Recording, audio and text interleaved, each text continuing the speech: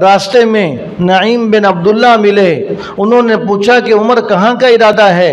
بتلایا کہ میں حضور کو قتل کرنے جا رہا ہوں۔ بہادر تھے، کسی سے ڈرتے تو تھے نہیں۔ تو انہوں نے کہا کہ ان کو قتل کرتے ہو، پہلے اپنی بہنوئی کے تو خبر لو، وہ تو ان کا کلمہ پڑھ چکے ہیں۔ سیدھے بہن کے گھر گئے، جا کر دیکھا کہ وہ قرآن پڑھ رہے ہیں۔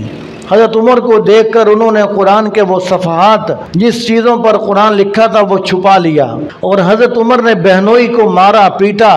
جب بہن چھڑانے کے لیے آئی تو بہن کو بھی خوب مارا، لہو لہان کر دیا، اور وہ بہن بھی پھر حضرت عمر کی بہن تھی۔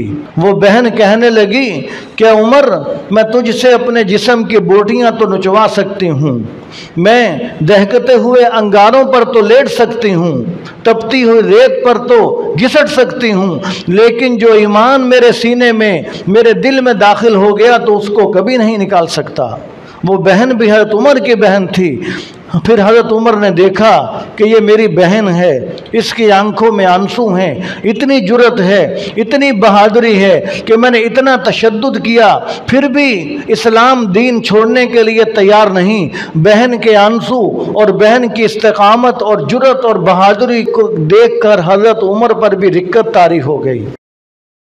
يا أيها الذين آمنوا اتقوا الله وكونوا مع الصادقين